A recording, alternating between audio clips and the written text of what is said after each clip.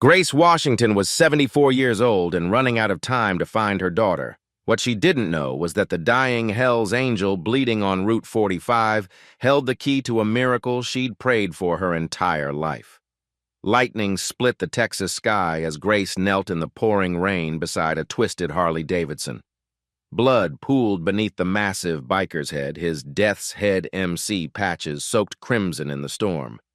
Grace's weathered hands moved with practiced precision, pressing torn fabric against his wounds. Most people would have driven past. Most people would have been terrified of the skull tattoos, the leather vest, the reputation that came with those patches. But Grace Washington saw only what her nursing training taught her to see, someone dying who could still be saved. At 74, Grace thought her time for miracles had passed. But as thunder crashed overhead and she fought to keep this stranger alive, Grace had no idea she was touching the one person on earth who could grant her lifelong wish.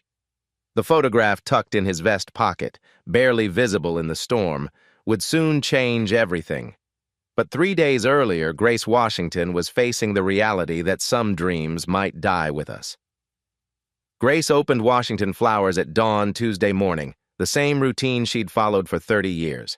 At 74, she moved with the steady efficiency of someone who'd worked hard her entire life. Her hands, though lined with age, remained steady from decades of arranging delicate blooms and before that, 20 years as a nursing aide at Sunset Manor. The brass bell above her door chimed as Mrs. Carter shuffled in for her weekly bouquet. "Morning, Grace. The usual irises for my Harold's grave?" "Of course, honey." Grace's fingers worked automatically, selecting the perfect purple blooms. Harold had been gone 8 years, but Mrs. Carter never missed their Tuesday ritual. Grace understood. Some loves transcend death. As she wrapped the flowers in tissue paper, Grace caught her reflection in the shop window. When had those lines around her eyes grown so deep? When had her hair become completely silver? Next month marked her 75th birthday, and something about that number felt final. Not because she was sick, Grace was remarkably healthy for her age. Her doctor called her a medical marvel with the blood pressure of a 50-year-old and the energy to work 10-hour days. But time had a way of closing doors, and Grace was starting to accept that some wishes might never come true. After Mrs. Carter left, Grace climbed the narrow stairs to her apartment above the shop. The small space told the story of her 54-year search. Filing cabinets overflowed with adoption agency correspondence. Phone books from 12 states lined her bookshelf. Her kitchen table held printouts from genealogy websites that her neighbor's teenage daughter helped her navigate. Every lead had gone cold. Grace opened the worn manila folder labeled Lily and pulled out the only photograph she had. Herself at 17, holding a newborn for exactly 4 hours before giving her to the adoption agency. The baby's face was peaceful, perfect, unaware that her young mother's heart was breaking with every passing minute. Lily Grace Washington, the birth certificate read in faded ink. Grace had chosen the name carefully, hoping someday her daughter would know she was loved from the first breath. Born April 3, 1969. Weight, 6 pounds, 2 ounces. Father, unknown. Grace traced the baby's tiny fingers in the photograph. "Where are you, baby girl? Are you happy? Do you have children of your own?" The questions had haunted her for decades. Closed adoption from 1969 meant records sealed by law. Private investigators she couldn't really afford yielded nothing but false hope and empty bank accounts. Every Lily Washington she found on Facebook led to polite conversations with strangers who weren't her daughter. Grace's nursing background showed in how she cared for her neighbors. When old Mr. Rodriguez fell last month, Grace was first on scene, checking his vitals and stabilizing him until paramedics arrived. When the Martinez family's baby spiked a fever, they knocked on Grace's door at midnight, knowing she'd know what to do. "You've been like a mother to half this neighborhood," Mrs. Carter often said. Grace always smiled sadly at the comment. She'd been everyone's mother except to the one who was actually hers.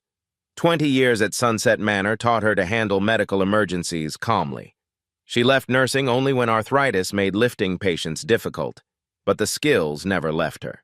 Grace kept a comprehensive first aid kit in her Honda. Not the basic version most people carried, but professional-grade supplies that reflected her training. Her days followed predictable patterns.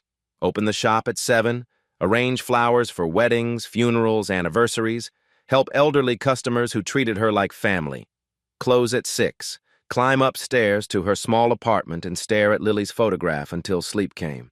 The dreams had intensified recently. Always the same scenario, a young woman with Grace's eyes standing in the flower shop saying, "Mama Grace?" Grace would reach out, desperate to see the woman's face clearly, but always woke before the moment of recognition. At 74, Grace felt urgency she'd never acknowledged before, not from illness, but from the mathematics of life. If Lily was alive, she'd be 54 now. Grace might have 10 good years left, maybe 15 if she was lucky. But every year that passed made the search harder, made reunion less likely. Grace had made a decision. After her 75th birthday next month, she'd stop the active searching. She'd keep the flower shop open as long as she could, hoping Lily might someday walk through the door. But the private investigators, the website searches, the letters to adoption agencies, she'd let those go. Some wishes, she'd realized, might be too big for one lifetime. That evening, Grace prepared for her weekly volunteer shift teaching CPR at the community center. 15 years she'd maintained this commitment to the Red Cross, her way of giving back the medical skills Sunset Manor had taught her. At 74, she was the oldest instructor, but her steady hands and calm demeanor made her invaluable for training nervous first-time students. As she gathered her teaching materials, Grace whispered the prayer she'd said every night for 54 years. "Lord, let me find my Lily before I'm too old to be the mother she deserves." She had no idea that prayer was about to be answered in the most extraordinary way imaginable. But first, she had to drive home on Route 45. On Tuesday night, Grace's routine drive home from her weekly Red Cross volunteer shift would put her exactly where destiny needed her to be. Grace finished teaching CPR at the community center around 8:30 p.m., her final student successfully completing chest compressions on the practice dummy. "Remember," she told the young father as he packed up, "if someone's not breathing, you're their only chance. Don't hesitate." The weather forecast had missed this one completely. What started as light drizzle during her class had transformed into a violent thunderstorm. Grace stood in the community center doorway, watching sheets of rain pound the parking lot. "You sure you don't want to wait it out, Grace?" asked Marcus, the center director. "This storm looks nasty." Grace shook her head.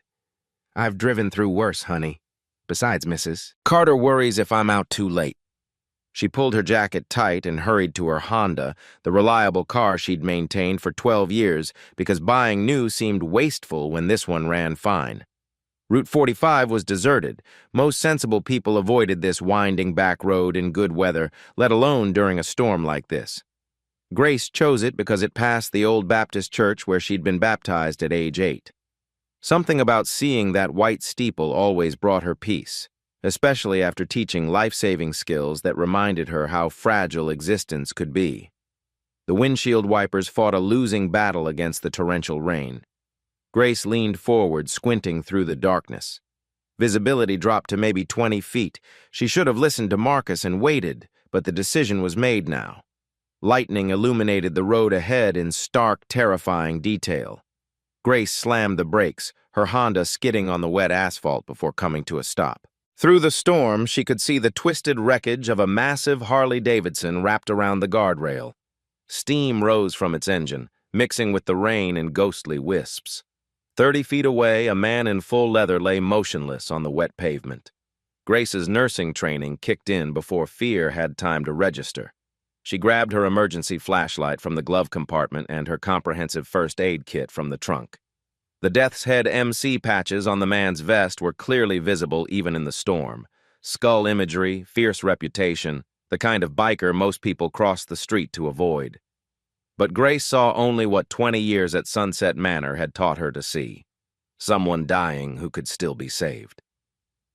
She knelt beside him, rain soaking through her jacket in seconds.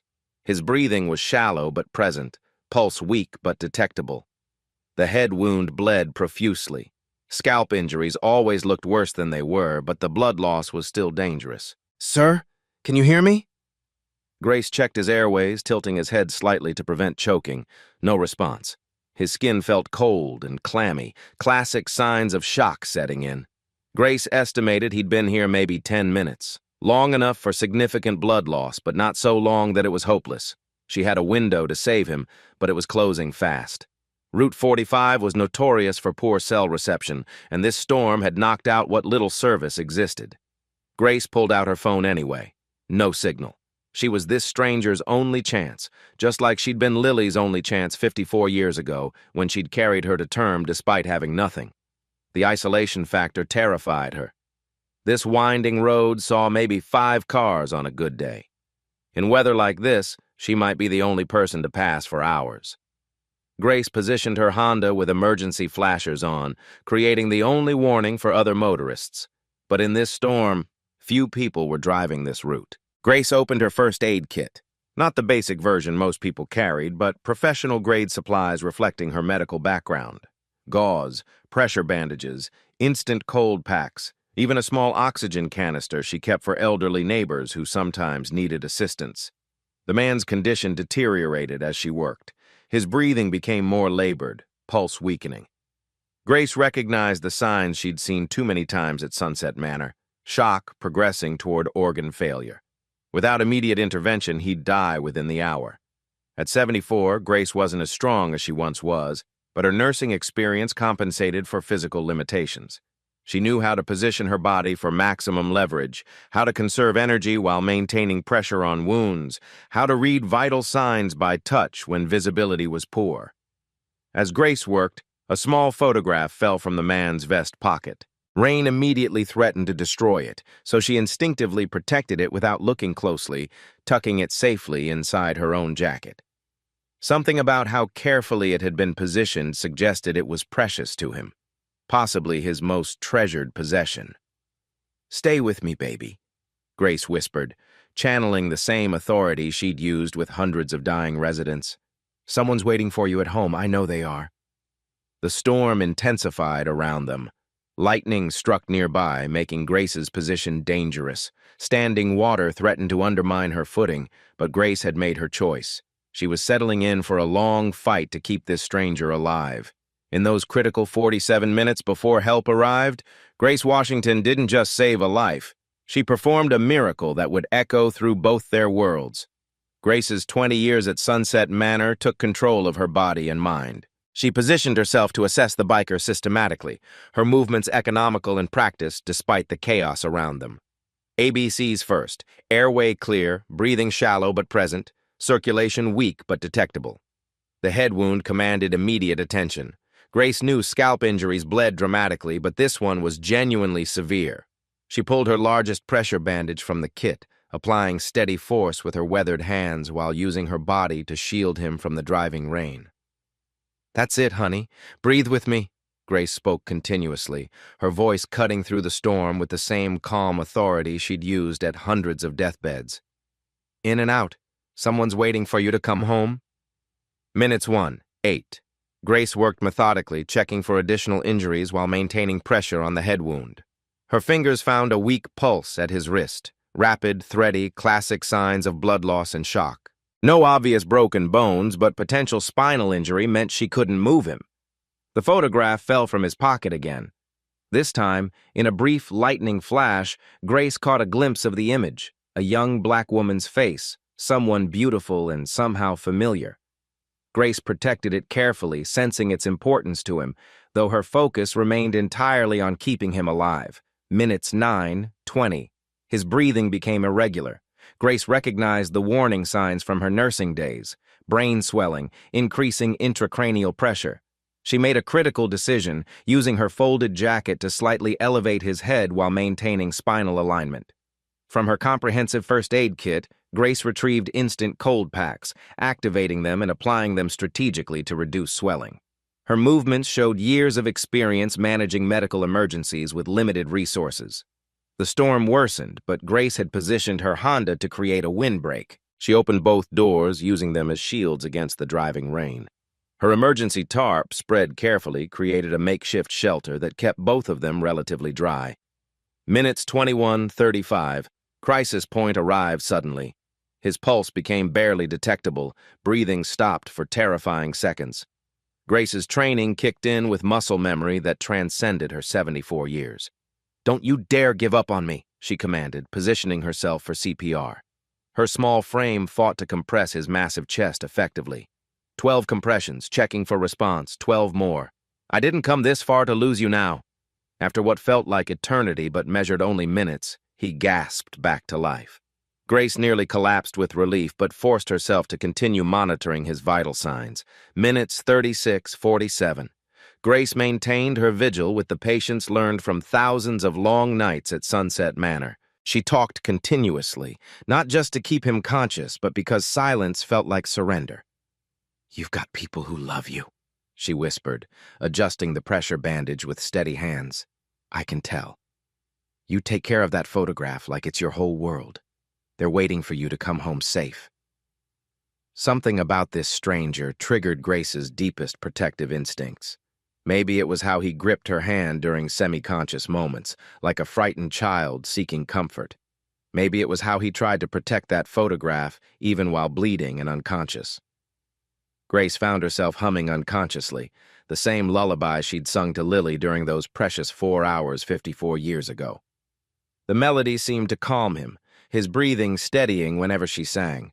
The physical toll on Grace mounted steadily. Her arthritis screamed from kneeling on wet asphalt. Her back spasmed from the awkward positioning required to maintain pressure on his wounds while monitoring his breathing. But every time she considered her own discomfort, she thought about her daughter, somewhere out there, possibly needing help from a stranger. Around minute 40, Grace's own strength began failing. The constant pressure, the stress, the physical demands of keeping someone twice her size alive, it pushed her 74-year-old body to its limits. Her hands shook with fatigue, her vision blurred from exhaustion. But Grace Washington had spent 20 years refusing to let death win easy victories. She repositioned herself, found new angles for applying pressure, conserved energy while maintaining life-saving intervention.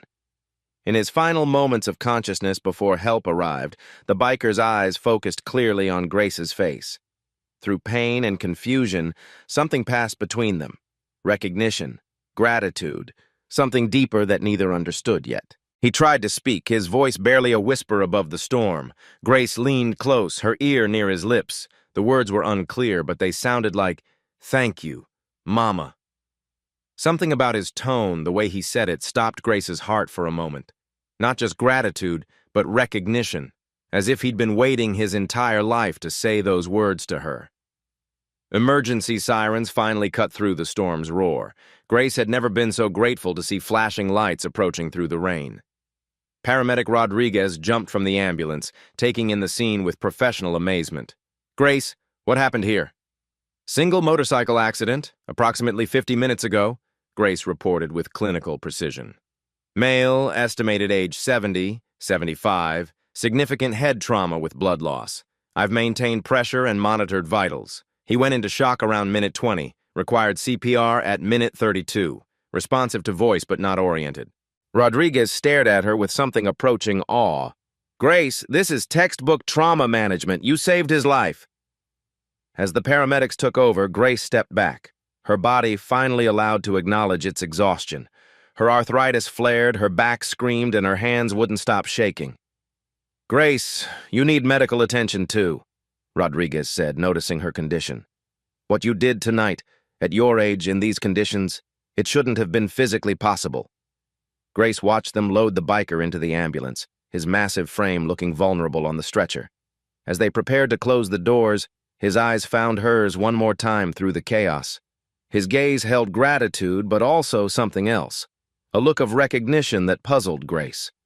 He mouthed words she couldn't hear over the sirens, but his expression suggested he knew exactly who she was. As the ambulance disappeared into the storm, Grace stood beside her Honda, rain-soaked and exhausted, but filled with the deep satisfaction that came from using her skills when they mattered most.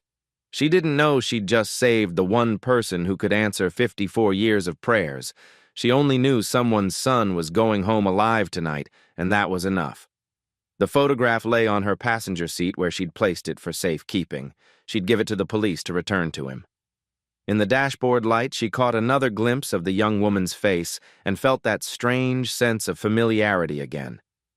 Grace started her Honda and drove carefully through the dissipating storm, reflecting on the evening. Her nursing instincts had proved reliable even at 74. Her emergency preparedness had paid off. Most importantly, she'd been in the right place at the right time to make a difference. She had no idea how cosmic that timing really was.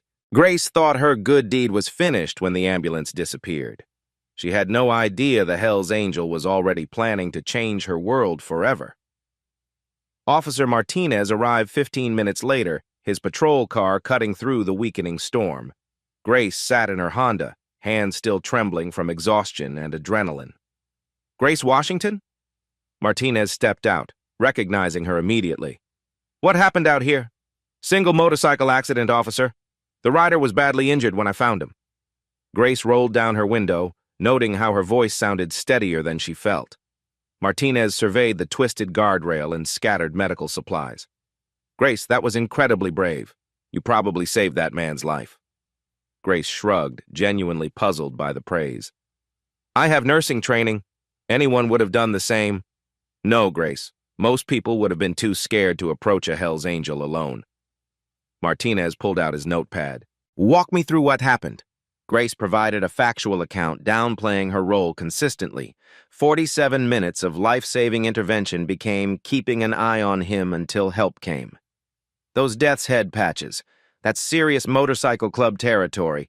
You could have been in real danger." Grace looked at Martinez with patient eyes. "Officer, he was bleeding and unconscious. Nothing else mattered." "Did you notice any identification or personal effects?" Grace pulled out the protected photograph. "This fell from his pocket. It seemed very important to him. He kept trying to reach for it."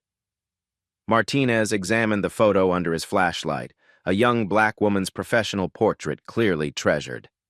"I'll make sure he gets this back. Probably family." "Please do. Family photos are precious." When Martinez mentioned possible community recognition, Grace waved him off. "That man has people who love him. Getting him home safely is reward enough." Around 11 p.m., an unexpected knock startled Grace in her apartment. Through the peephole, a well-dressed black man in his 50s, clearly out of place in her neighborhood. Grace cracked the door, chain attached. "Can I help you?" "Ma'am, I'm David Carter. I represent the gentleman you helped tonight." He showed elegant identification.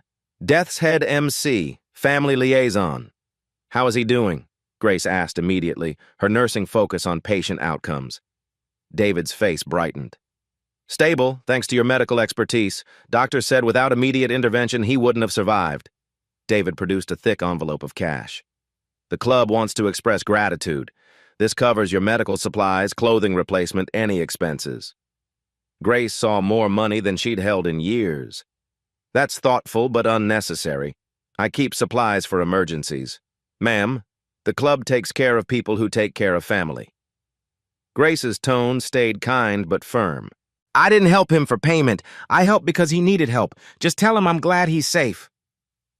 David seemed impressed by her refusal. He offered an elegant business card. "At least take this. If you ever need anything, medical bills, repairs, anything, please call." He was specific about you having this. Grace accepted it to be polite. The card read, "Death's Head MC, Community Services," with a phone number. She assumed it was empty courtesy. Organizations made promises in emotional moments but rarely followed through. After David left, Grace placed the card on her nightstand beside Lily's photograph. She didn't notice the small notation on the back, "Family Reunion Specialist, ask for Bear." Grace prepared for bed, washing the stranger's blood from her hands. She'd done what her nursing training demanded: assess, intervene, stabilize. Someone's son was alive because she'd been in the right place with the right skills. In her small bathroom mirror, Grace saw a 74-year-old woman who'd spent her evening saving a life. Her arthritis ached, her back protested, but her conscience was clear. She'd answered the call when someone needed help. As Grace settled into bed, she whispered her nightly prayer, the same words she'd spoken for 54 years. "Lord, let me find my Lily before I'm too old to be the mother she deserves." The business card sat inches away, holding the key to that prayer's answer. But Grace slept peacefully, unaware that the most important night of her life was just beginning. Tomorrow would bring signs that the stranger she'd saved was planning to change her world forever. Over the next 48 hours, signs began appearing that Grace had saved someone far more important than a simple biker, and that he was planning something extraordinary. Wednesday morning brought the first surprise. Grace opened Washington Flowers to find a pristine black Harley-Davidson parked across the street, its rider wearing Death's Head colors. He sat motionless for 30 minutes, clearly watching the shop before riding away without approaching. Grace noticed but assumed coincidence. Bikers traveled these roads regularly. Around 10 a.m., a delivery van pulled up. The driver struggled with the largest flower arrangement Grace had ever seen. Easily $400 worth of exotic orchids and roses arranged in an elegant crystal vase. "Grace Washington?" The driver checked his clipboard twice. "This is for you." The card read in elegant script. "From the Death's Head family, thank you for bringing our brother home safely." Mrs. Carter, picking up her weekly irises, stared wide-eyed. "Grace, what exactly did you do Tuesday night?" Grace examined the expensive blooms, puzzled. "I helped someone who was hurt. This seems like too much for that." Throughout the day, 3 phone calls came asking about the lady who helped Boss. The callers were respectful, but clearly gathering information: her health status, living situation, family circumstances. Grace answered politely, but grew increasingly confused by the attention. Thursday brought escalation. Grace stopped for her routine oil change, only to find her Honda already serviced and detailed to showroom condition. "Grace, someone called this morning and paid for everything," Mechanic Joe explained, seeming as confused as she was. "Full service, new tires, brake inspection, it came to $847. They said you'd understand." Grace stared at her gleaming car. "I don't understand at all." The black Harley appeared again, this time with its rider sitting at the cafe next door, maintaining clear visual contact with her shop. When Grace waved politely, he touched his helmet respectfully but kept his distance. Thursday afternoon brought David Carter's return, his energy different, more anticipatory, almost excited. "Ma'am, I have a message from my boss. He's being discharged tomorrow and specifically requests a meeting. There's something important he needs to discuss." Grace's nursing instincts kicked in. Is he having complications, post-concussion syndrome? Does he need medical follow-up? David shook his head with a mysterious smile. "Ma'am, it's nothing medical. He says Tuesday night changed more than just his life." David pulled out a folder. "Without violating your privacy, can I ask, have you ever been separated from family? Lost touch with someone important?" Grace's heart skipped, though she didn't understand why. "Why would you ask something like that?" "Boss has been searching for someone for a very long time. Tuesday night, he got his first real clue in 15 years. David stood to leave, his expression suggesting he knew secrets that could change everything. "Ma'am, what if I told you that saving his life might have been the answer to both your prayers?" That evening, Grace held David's business card, studying the back notation she'd missed before. "Family reunion specialist, ask for Bear." The words triggered inexplicable hope mixed with fear. Could this possibly connect to her search for Lily? Tomorrow would bring answers that would change everything. Friday morning would reveal that Grace Washington hadn't just saved a Hell's Angel. She'd found the one person who could grant her lifelong wish in the most impossible way.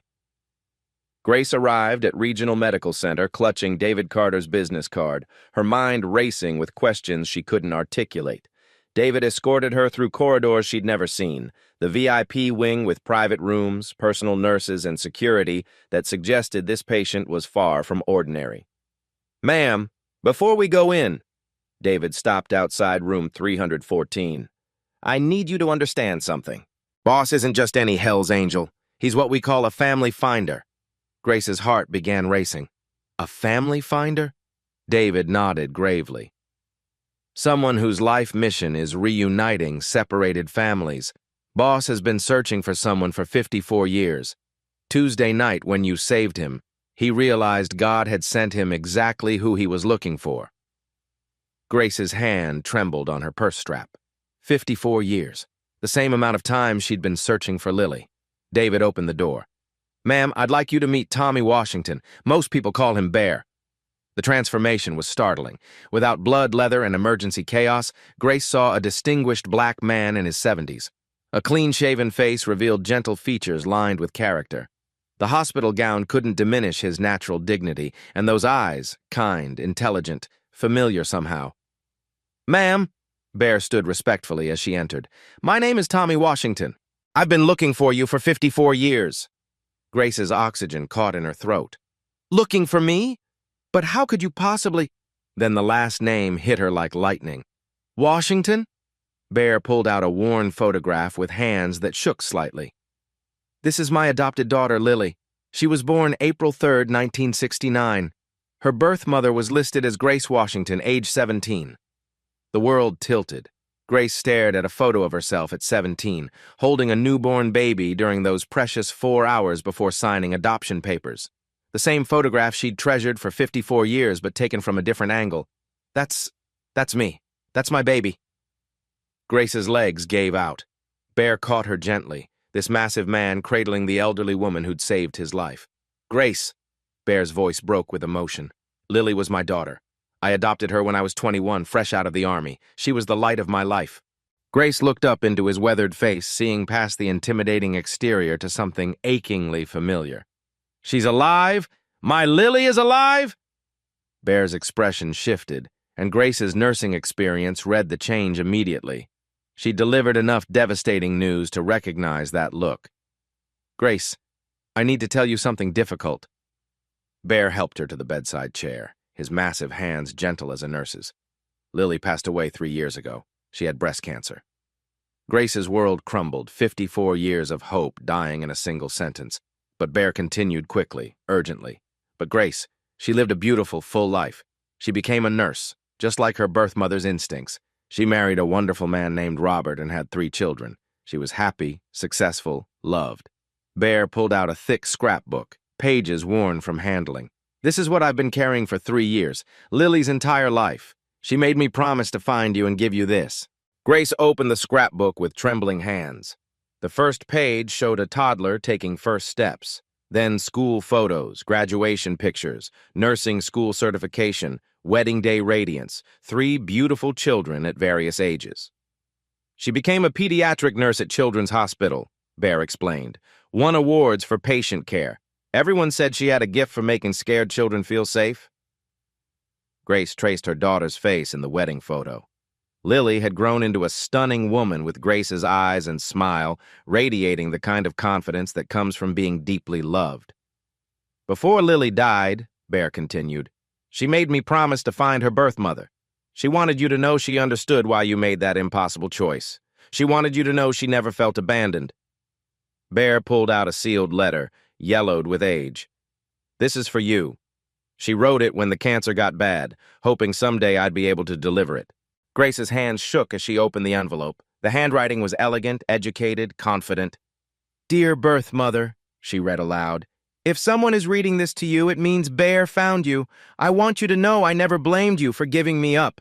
I understood you wanted something better for me than you could provide at 17. You gave me life twice, once when you carried me, and once when you loved me enough to let me go to parents who could give me everything I needed. I hope you lived a beautiful life and found peace with your decision. Your grateful daughter, Lily Grace Washington Thompson." "Grace," Bear's voice was thick with tears. "When I was lying on that highway Tuesday night, I was actually driving back from another failed search for you. I'd hired investigators, searched records, followed every lead for 3 years. I was ready to give up." Grace looked up from the letter, understanding beginning to dawn. "When I woke up in that ambulance and they told me Grace Washington had saved my life, I thought it was some cosmic joke. But when David showed me your identification for the police report, I knew Lily had sent me to you." Bear reached for her hands. "Grace, you didn't just save a stranger Tuesday night. You saved the father who's been trying to keep his promise to your daughter for 3 years." Grace stared at this massive, tattooed man who'd raised her baby girl, who'd loved Lily enough to spend 3 years searching for a woman he'd never met. "You have 3 grandchildren," Bear continued softly. "Marcus is 25, just finished medical school. Shayna is 22, following her mother into nursing. And little Tommy is 19, studying social work because he wants to help families like ours find each other." Grace's dying wish had just come true in the most impossible way imaginable. What Bear Washington offered Grace next would transform her final years into the most love-filled time of her entire life. Bear pulled out his phone, showing Grace a group text thread titled, "Finding Grandma Grace." Screenshots revealed three young adults eagerly coordinating plans to meet their grandmother. Messages ranged from, "I can't believe we're finally going to meet her," to, "Should I bring the photo albums Mom made for her?" "Grace, your grandchildren have been ready for this moment their entire lives. Marcus took emergency leave from his medical residency. Shayna called in sick to the hospital for the first time ever. Tommy drove straight up from UT Austin when I texted them yesterday." Grace stared at the messages, overwhelmed by the urgency of their excitement. These young people, her flesh and blood, had dropped everything to meet the grandmother they'd dreamed about their entire lives. "But Bear, I don't understand. I'm just an old woman who runs a flower shop. I don't know how to be a grandmother. I missed their entire childhoods." Bear's weathered face broke into a gentle smile. "Grace, you risked your life Tuesday night to save a complete stranger in a thunderstorm. You think kids who've been praying to meet their grandmother won't adore you?" Bear showed photos on his tablet, a beautiful property outside Austin with 5 houses scattered across rolling hills. "This is our family compound. 200 acres that Lily helped design before she got sick. We've kept her house exactly as she left it, hoping someday you'd come home to us." Grace studied the pictures. Lily's house was a charming cottage with wraparound porch and flower gardens that looked professionally maintained. "It's beautiful, but Bear, I can't just abandon my life, my flower shop, my neighbors who depend on me." "We're not asking you to abandon anything," Bear interrupted gently. "We're offering to expand everything you already love. The compound has 40 acres perfect for flower farming. You could grow inventory for the biggest events in Central Texas." David Carter, who'd been quietly observing, opened a thick folder. "Mrs. Washington, we've prepared some options for your consideration." The first document outlined the sale of Washington flowers to a local chain, with Grace retaining management oversight and profit sharing. Your neighbors could keep their jobs, your customers would still have their flower shop, but you'd have the financial security to make choices instead of working out of necessity. Grace examined the numbers with growing amazement. The sale price was triple what she'd estimated the little shop was worth. "But more importantly," Bear continued, "you'd have family. Marcus is completing his residency in family medicine. He wants to set up practice near the compound so he can be close to home. Shayna's applying to Austin Hospital so she can help care for you. Tommy's deferring graduate school for a year because he says meeting his grandmother is more important than any degree." Bear pulled out printed emails from the grandchildren. Marcus had written, "Grandma Grace, I'm studying medicine because Mom always said healing runs in our family. I can't wait to learn about your nursing experience and hear how you saved Bear's life." Shayna's message read, "I became a nurse because Mom told us our grandmother had healing hands. I want to learn everything you know about caring for people." Little Tommy wrote, "Grandma Grace, I'm studying social work because families shouldn't have to wait 54 years to find each other. I want to help other people find what we've found." Grace's eyes filled with tears reading their words. These young people had built their entire careers around honoring the grandmother they'd never met. "Grace," Bear's voice grew serious, "I need to be honest about something else. The Death's Head MC isn't just a motorcycle club anymore. We've evolved into a family reunification service, using our networks to find missing people. We've reunited 47 families in the past 3 years." David showed her success stories. Photos of tearful reunions, thank you letters from families, newspaper articles about their volunteer work. "Lily's death changed everything for us," Bear explained. "She made me promise not just to find you, but to help other families avoid the pain of separation. You could help us do that work, Grace. Your nursing experience, your natural compassion.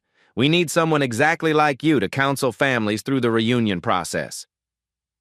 Grace looked around the hospital room at these 2 men who'd spent days planning how to give her everything she'd never dared dream of. "You're offering me a job? At 74? "We're offering you a purpose," Bear corrected. "A chance to turn your pain into healing for other people. A chance to honor Lily's memory by helping families find each other before it's too late." Bear reached for her hands with surprising gentleness. "Grace, At 74, you shouldn't be living alone above a flower shop, worrying about rent and medical bills. Let us provide security, comfort, family, everything Lily wanted her mother to have. But what if your grandchildren don't actually like me? Grace whispered her deepest fear. What if I disappoint them after they've built me up in their minds all these years? Bear chuckled warmly. Grace, Lily raised those children on stories about their brave grandmother who made the hardest choice possible out of pure love. They've been in love with you their entire lives. The kids will be here in 1 hour, Bear continued. Marcus is bringing Lily's jewelry collection. She wanted you to have it.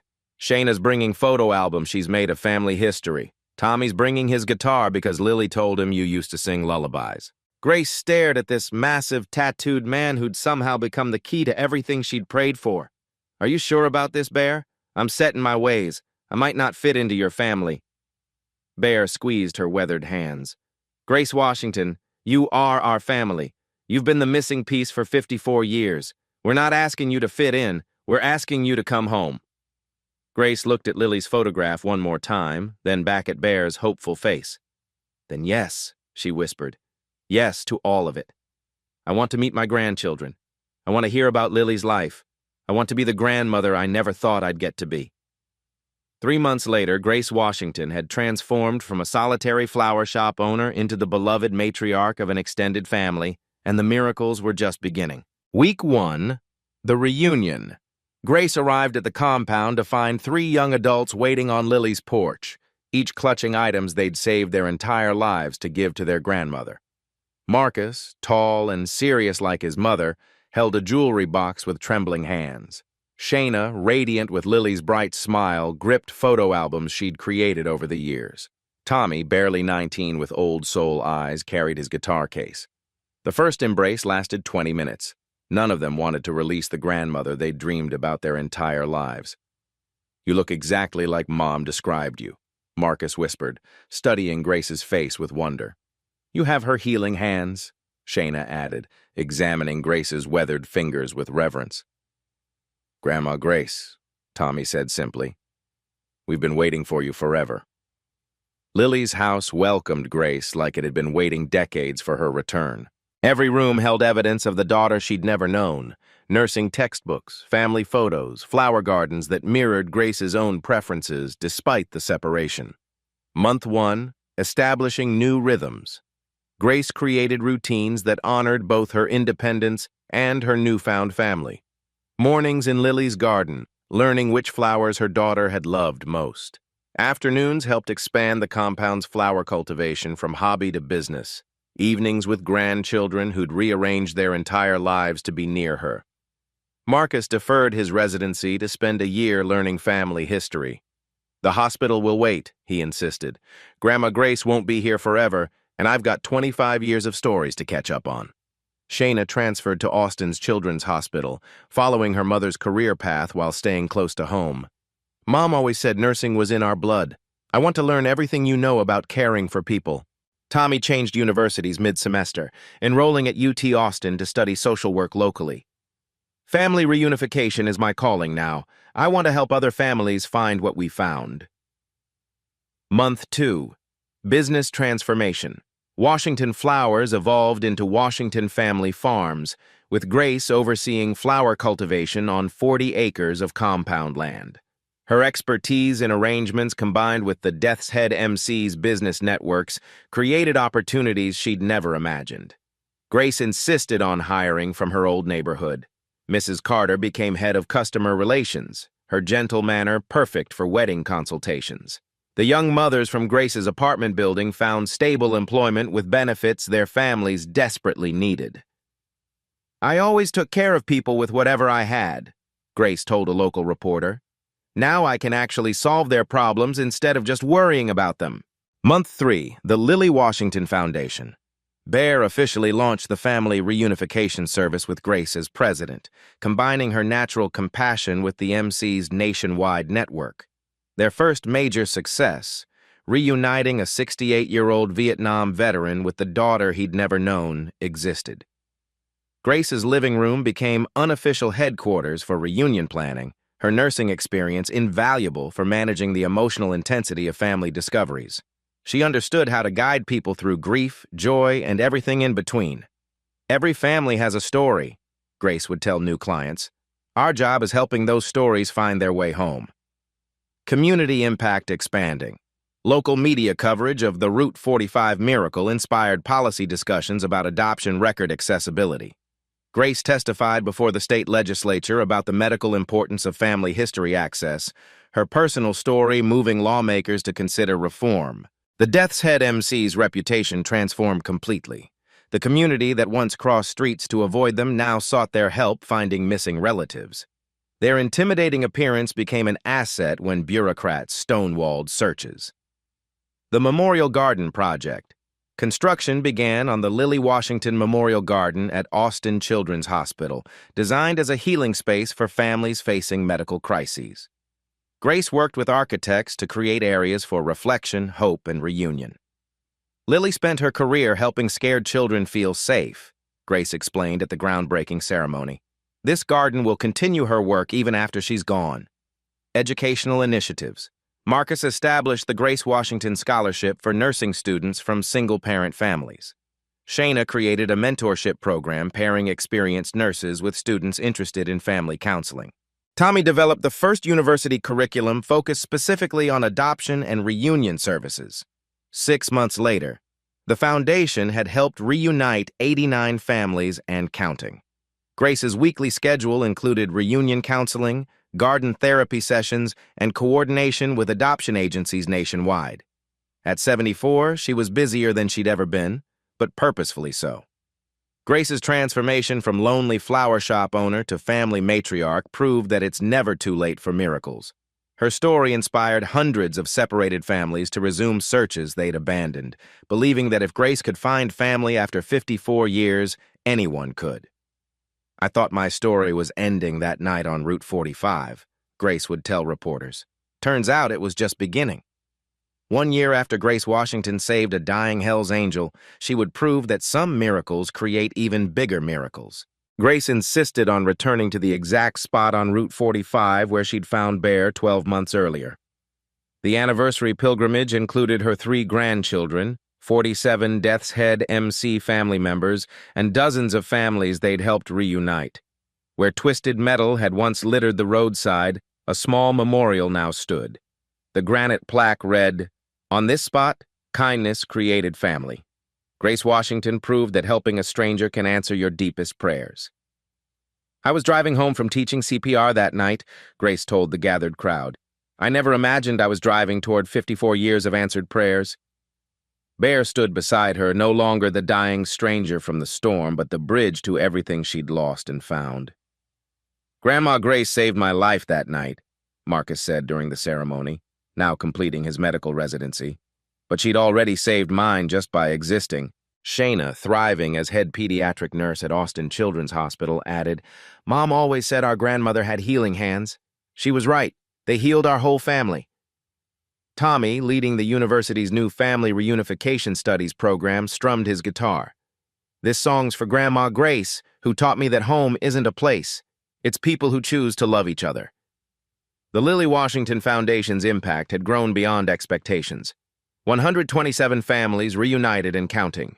Grace's weekly radio show drew calls nationwide. Her memoir topped bestseller lists. Every family has a story interrupted by circumstances, Grace would tell listeners. Our job is helping those stories find happy endings. The Memorial Garden at Children's Hospital had become a pilgrimage site for separated families. Grace led monthly healing circles where people shared reunion stories and found hope for future connections. Bear visited Lily's grave with Grace every month, updating their daughter on the expanding mission. We kept our promise, baby girl. Your mama knows how loved you were, and she's helping other families find peace. As sunset painted the sky over Route 45, Grace reflected on the cosmic timing that changed everything. A routine drive home. A stranger was bleeding in the rain. 47 minutes that transformed countless lives. I thought I was just helping someone get home that night, Grace whispered to Bear as they walked back to their cars. I didn't know I was finding my own way home, too.